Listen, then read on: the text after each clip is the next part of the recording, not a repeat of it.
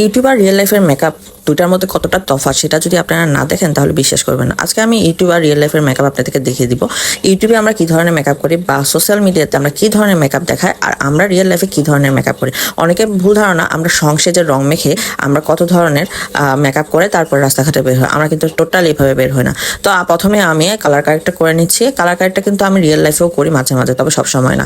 তো আমি colour corrector পরে ফাউন্ডেশন দিয়ে নিচ্ছি। ফাউন্ডেশন দেওয়ার পরে ফাউন্ডেশনটা ভালো করে ব্লেন্ড করে নিবেন। ফাউন্ডেশন ব্লেন্ড হয়ে গেলে দেন হচ্ছে যে কনসিলার দিয়ে নেবেন। তো আমি রিয়েল লাইফে আমি কনসিলার দিয়েছি স্কিন টোনের, আর ইউটিউবে আমি স্কিন টোন থেকে একটু ব্রাইট শেড দিয়েছি। এরপরে আমি একটা ব্লাশ নিয়ে নিয়েছি। ফার্স্টে ব্লাশ দেওয়ার পরে আমি এবার কন্ট্রোল করে নেব। তো আমি রিয়েল লাইফে পাউডার কন্ট্রোল ইউজ করি, আর হচ্ছে যে ইউটিউবে দেখানোর জন্য আমি হচ্ছে ক্রিম কন্ট্রোল বেশি ইউজ করি। কিন্তু যদিও বা এই ক্রিম কন্ট্রোল আমার রিয়েল লাইফে কোনো ধরনের কাজে দেয় না, সামটাইম হয়তো বা মেকআপ করার সময় বা বাইরে যাওয়ার সময়, বলতে গেলে হচ্ছে যে পার্টি টার্টি যাওয়ার সময় ইউজ করি। তো রিয়েল লাইফে আমার কিন্তু চোখের মেকআপ খুব একটা হয় না, মানে ব্রাইট হয় না, খুব একটা চোখে লাগার মতো কালারফুল হয় না। আমি খুব সিম্পলভাবে একটা হয়তো বা ব্রাশ দিয়ে কোনো রকমে ভালো করে ব্লেন্ড করে সেটাকে রিয়েল লাইফে আমরা সেভাবে চলে যায়।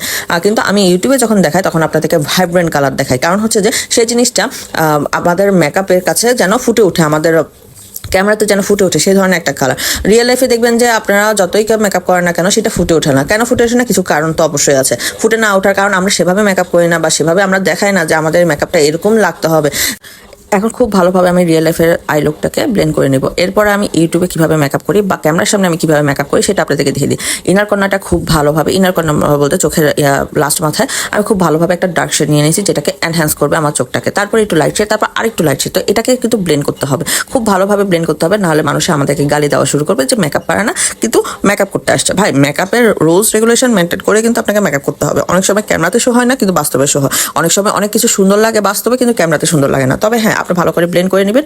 ব্লেন্ডিং প্রসেসটা এক ধরনের আর্ট, কিন্তু আমার সেটা আসতে অনেক দেরি লেগেছে।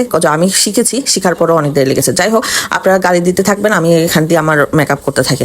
তো এরপরে ভালো করে ব্লেন্ড করে নেবেন। ভালো করে ব্লেন্ড করার সময় যাতে কোনো হার্শ লাইন না থাকে সেটা একটু ভালো করে চেষ্টা করবেন দেখানো।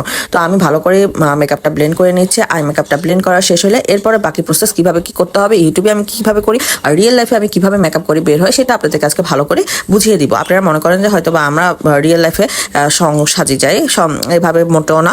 আমাদের যতটুকু দরকার, যত কম প্রোডাক্ট ইউজ করা দরকার তত কম প্রোডাক্ট ইউজ করি। এরপর হচ্ছে চোখের নিচে তো হালকা দিতেই হয়। তো আমি রিয়েল লাইফে তো হালকা একটা মেকআপ দিয়েছি, সেই হালকাভাবে আমি আমার চোখের নিচেও দিয়ে নিচ্ছি। এটাকে কিন্তু পরবর্তীতে ঠিক করা হবে। তো পাউডার আছে, লুজ পাউডার আছে, সেটা কিন্তু আমি ভালো করে দিচ্ছি যাতে আমার মেকআপটা ক্যাকি না হয় বা আমার মেকআপটা যেন বসে যায়। এরপর হচ্ছে রিয়েল লাইফে কিন্তু আমি কালো কাজল ইউজ করি, সাদা কাজল খুবই কম ইউজ করি। কারণ হচ্ছে যে সাদা কাজল ইউজ করতে হলে সাদা কাজলে অনেক কিছু আছে যেগুলোকে মেনটেন করতে হবে, কিন্তু আমাকে ইউটিউবে দেখাতে হবে, সৌন্দর্য ফুটিয়ে তুলতে হবে, সেজন্য আমাকে ইউটিউবে আমি সাদা কাজল ইউজ করেছি।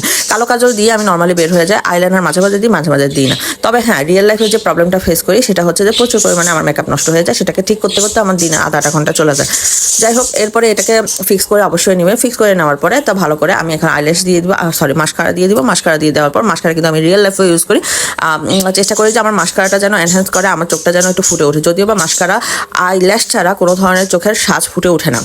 দেখেন, আমার এক সাইডে আইল্যাশ আছে, আরেক সাইডে আইল্যাশ নেই। যে সাইডে আইল্যাশ আছে সেই সাইডের চোখটা একটু সুন্দর লাগছে, একটু ফ্লাপি লাগছে। আর যে সাইডে আইল্যাশ নাই সেই সাইডটা, মানে ওটা হচ্ছে রিয়েল লাইফের সাইড, সেটাকে মিডিয়াম নর্মাল একটা লুক লাগছে। তো আমি রিয়েল লাইফে কিন্তু বেশিরভাগ সময় রেড লিপি ইউজ করি। সেটা হচ্ছে যে আমি এই রেড লিপিটা হচ্ছে যে একটা মরফি শেডে। আর হচ্ছে যে ইউটিউবে কিন্তু আপনারা সবসময় নোট কালার লিপি পছন্দ করেন, যার কারণে নুড কালার লিপি দিয়েছি। তো কেমন লাগলো আমার মেকআপটা সেটা অবশ্যই জানাবেন। আমি জানি আপনাদের অনেক ধরনের কমপ্লেন থাকতে পারে, কোনো সমস্যা নেই, কমপ্লেন করবেন, আমি আরো ইমপ্রুভ করবো। দুই পাশের লুকটা তো দেখে ফেললেন। এরপরে এখন আমি আরেকটা ম্যাজিক দেখাবো, যেটা হচ্ছে যে রিয়েল লাইফে আমি যদি আমার এই নর্মাল ন্যাচারাল লুকে যদি আমি আইল্যাশ ইউজ করি তাহলে দেখতে কেমন লাগবে। দেখেন, আমি যখন ন্যাচারাল লুকে আইল্যাশ ইউজ করেছি তখন আমার লুকটা অন্যরকম ভাবে ফুটে উঠেছে।